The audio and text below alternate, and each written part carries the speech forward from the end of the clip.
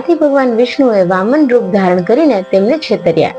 શ્રી વિષ્ણુ વામન રૂપ ધરીને તેના આંગણે ભિક્ષા માંગવાને ગયા. તેમણે બલિરાજા પાસે 3 ડગલા જમીન માંગી અને રાજાએ એ આપવા માટેનું વચન આપ્યું.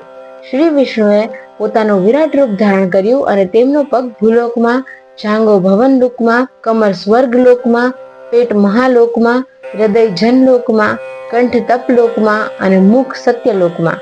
તેમનું આવું વિશાળકાળ અને ભયાનક રૂપ જોતા બધા જ દેવો તેમની સ્તુતિ કરવા લાગ્યા. શ્રી વિષ્ણુએ એક ડગલાથી આખી પૃથ્વી, બીજા ડગલાથી ત્રિલોકને માપી લીધું. ત્યારબાદ બાકી રહેલ ત્રીજું ડગલું ક્યાં મૂકવું, આવો સવાલ બલિરાજાને કર્યો.